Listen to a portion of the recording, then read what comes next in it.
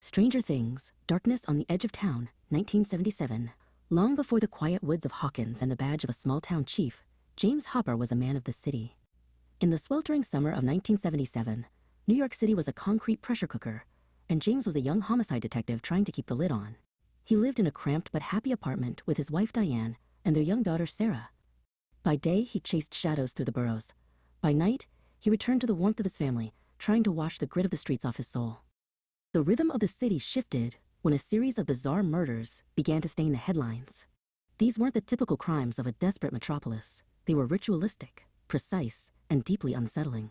James and his partner, Delgado, stood over the evidence in a cold basement, feeling a chill that had nothing to do with the air conditioning. The victims were marked with symbols that defied conventional police records, suggesting a motive that felt ancient and wrong. On July 13th, the city's heart stopped. A massive blackout plunged New York into a terrifying velvet darkness. As sirens wailed and the streets descended into the chaos of looting and fire, James pushed through the shadows. In the absence of electric light, he found what the sun had hidden, a trail of strange fluorescent markings leading deep into the city's forgotten corners. He realized then that a mysterious cult was using the cover of the blackout to perform their final, darkest rite.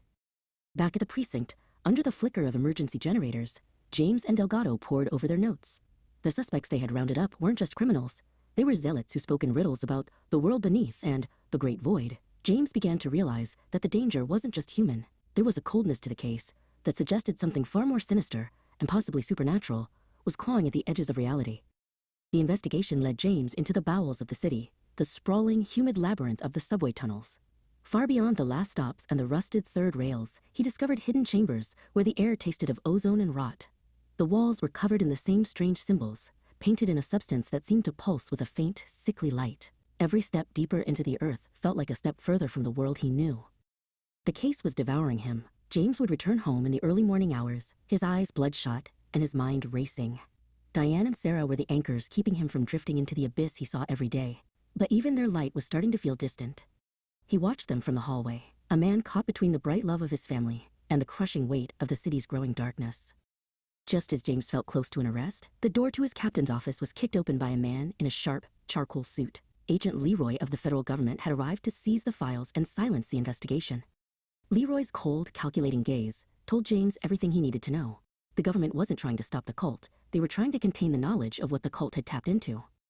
James ignored the orders and tracked the cult to an abandoned cathedral on the edge of town. There, he confronted their leader, a man named Vane who moved with an unnatural fluidity. As they fought, the air around Vane began to warp and tear, revealing glimpses of a place of endless shadow. James survived only by his wits and a desperate will to live, realizing the darkness they worshipped was a living power waiting just behind the veil of the world. In the aftermath, the files vanished, and the murders were officially attributed to a localized gang war.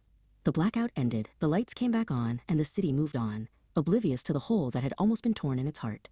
James sat in a diner with Delgado, looking at a newspaper that told a lie they both had to live with. The truth was buried deep, hidden by men in high places who feared the panic more than the monsters. James returned home and held Sarah tight, her small heart beat a frantic rhythm against his chest. He looked out the window at the glowing New York skyline, no longer seeing just a city, but a fragile shell over a terrifying deep. He had seen the shadows on the edge of town, and as he kissed his daughter's forehead, he wondered if any father could ever truly keep the world's darkness away from those he loved.